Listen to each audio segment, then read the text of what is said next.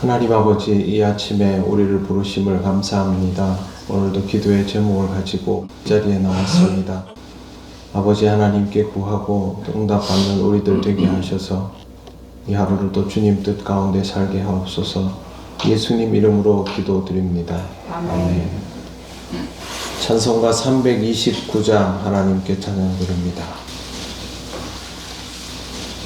주 날 불러 이르소서 말씀대로 전하리라. 나 주님의 뜻을 따라 길 잃은 양 찾으리다. 주 날 인도하옵소서.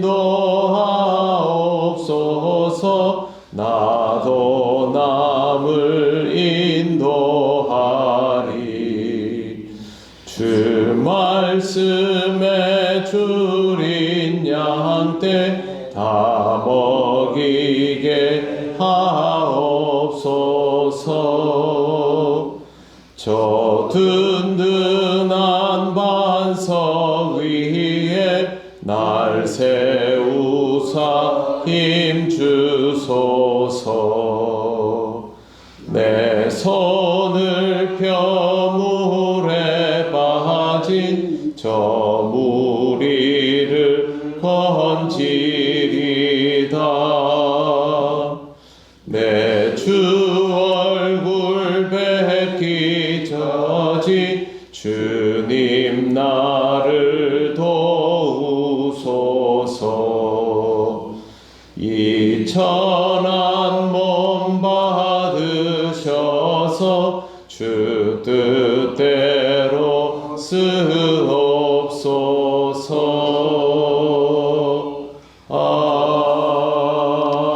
아멘. 하나님 말씀 사도행전 2장 14절에서 21절까지입니다. 한 절씩 교독하겠습니다. 베드로가 11 사도와 함께 서서 소리를 높여 이르되 유대인들과 예루살렘에 사는 모든 사람들아, 이 일을 너희로 알게 할 것이니 내 말에 귀를 기울이라.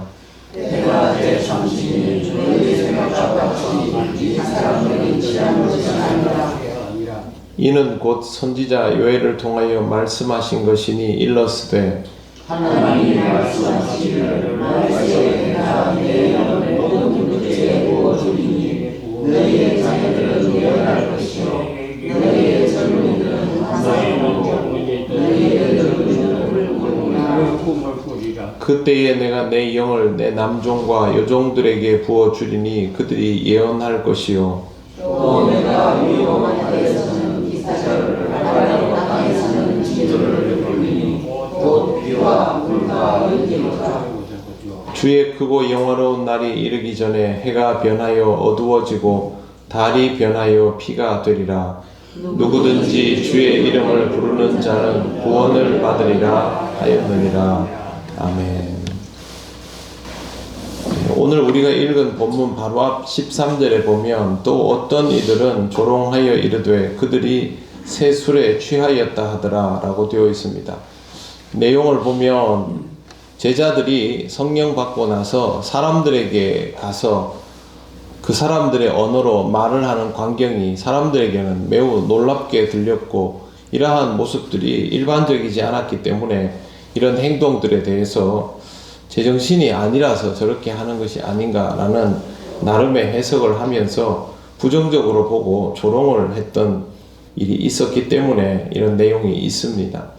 그러자 베드로와 이 공동체를 대표하는 11 사도가 사람들 앞에 서서 오히려 소리를 높입니다. 지금 일어나고 있는 이 일들이 어떻게 이루어진 것인지에 대하여 말해 주려고 하는 것입니다. 첫 번째는 15절에 보시면 때가 제3신이 너희 생각과 같이 이 사람들이 취한 것이 아니라 라고 되어 있습니다. 삼신은 아침 9시를 뜻합니다. 아침부터 술에 취해서 이렇게 행동하는 것이 아니다 라는 것이죠.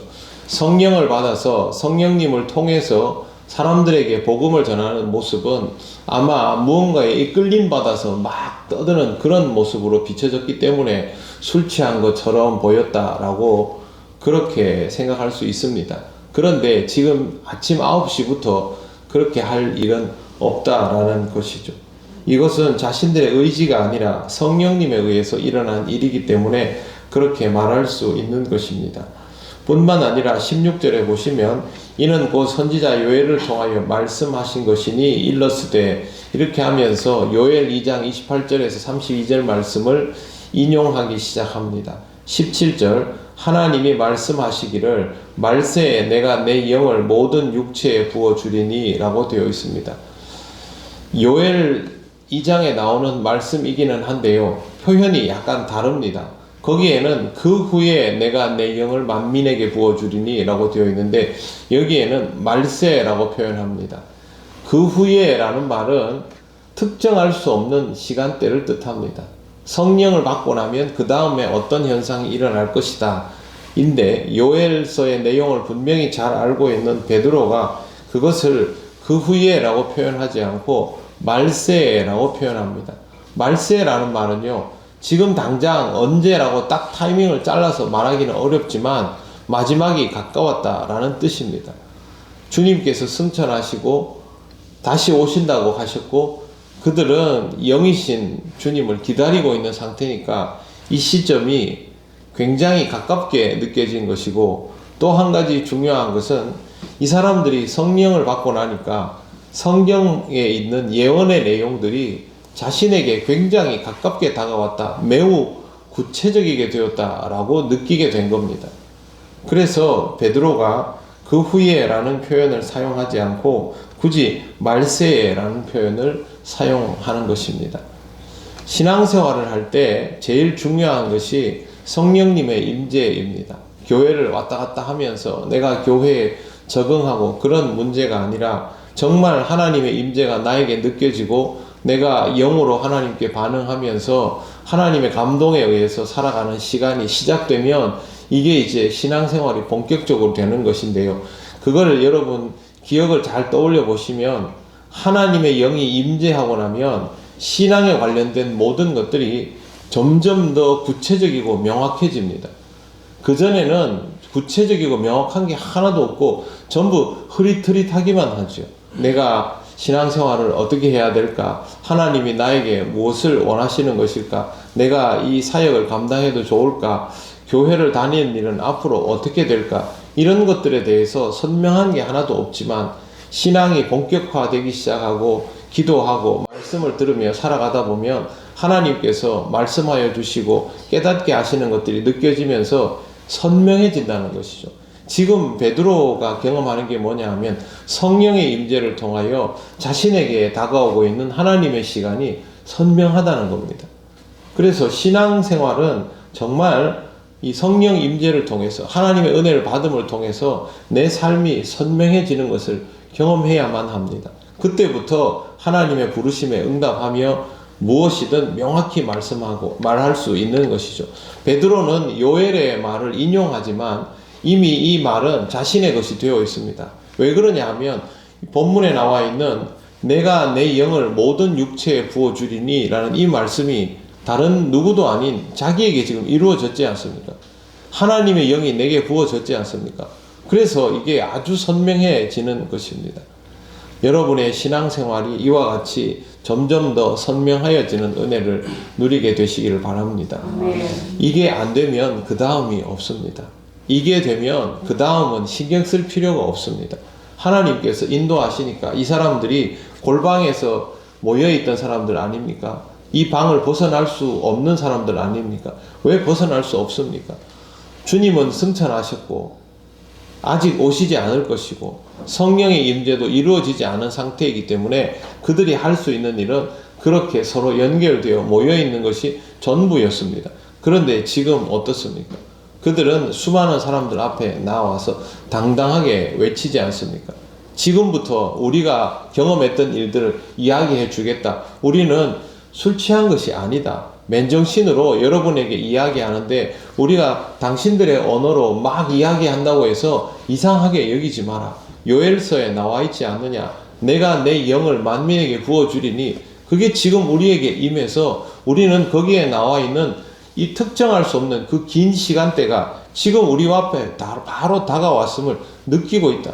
성령께서 우리에게 임하여 주셔서 우리가 성령의 임재를 따라서 당신들에게 복음을 전하고 있지 않느냐. 하나님의 시간이 열렸다. 하나님의 통치가 열렸다.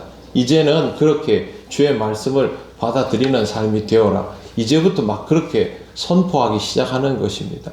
예전에 그런 베드로가 아닙니다. 자기 기질도 다스리지 못하던 그런 사람이 아니고 주님을 사랑한다고 고백하고 돌아서서 부인하는 그런 베드로가 아닙니다. 다른 사도들도 마찬가지입니다. 성령의 임재하심을 통하여 하나님의 시간이 그들에게 구체적으로 열렸고 그들이 무엇을 해야 할지를 알게 되었고 거기에서부터 하나님께서 인도하시는 대로 담대히 선포할 수 있게 된 것입니다. 주님의 일을 열심히 제대로 잘 하고 싶은 것이 우리 그리스도인들의 열망 아닙니까? 그렇다면 성령의 임재하심을 사모하시기를 바랍니다. 내 마음대로 되는 건 절대 아닙니다. 내가 오시옵소서 주시옵소서 한다고 마음대로 취했다가 내려놓았다 할 수 있는 거 아닙니다. 성령께서 나에게 임하여 주시면 언제든지 충만히 받아들일 수 있도록 하나님 앞에 내 영을 열어놓는 그런 신령한 삶을 살아가야만 하나님의 임재를 통하여 내 삶이 명확하여지는 것을 경험할 수 있습니다. 여러분의 삶에 이와 같은 신앙적인 선명함이 펼쳐지고 하나님의 시간을 은혜롭게 살아가시기를 바랍니다. 기도드리겠습니다. 하나님 감사합니다. 신앙으로 살아가는 것이 어떤 의미인지를 이 아침에 베드로와 또 11 사도들을 통하여 보게 하심을 감사합니다. 성령께서 언제나 우리와 함께 하시고 우리에게 임하여 주셔서 우리의 앞이 더욱 선명하여지기를 원합니다. 하나님의 부르심에 합당하게 살아갈 수 있는 그리스도인이 되기를 원합니다. 하나님께서 오늘도 우리를 인도하여 주셔서 주님의 선명함 안에서 하나님의 통치를 받으며 살아가는 귀한 하루가 되게 하옵소서. 아직도 하나님의 은혜를 충만히 누리지 못하는 우리 믿음의 형제 자매들 있다면 하나님께서 그들의 삶 속에도 하나님의 영이 임하는 은혜가 있게 하셔서 하나님 앞에 담대히 서게 하시고 선명한 신앙의 삶을 살아가게 하옵소서. 하나님 우리와 함께하여 주심을 감사드리며 예수님 이름으로 기도드립니다. 아멘. 하늘에 계신 우리 아버지, 아버지의 이름을 거룩하게 하시며 아버지의 나라가 오게 하시며 아버지의 뜻이 하늘에서와 같이 땅에서도 이루어지게 하소서. 오늘 우리에게 일용할 양식을 주시고 우리가 우리에게 잘못한 사람을 용서하여 준 것 같이 우리 죄를 용서하여 주시고 우리를 시험에 빠지지 않게 하시고 악에서 구하소서. 나라와 권능과 영광이 영원히 아버지의 것입니다. 아멘.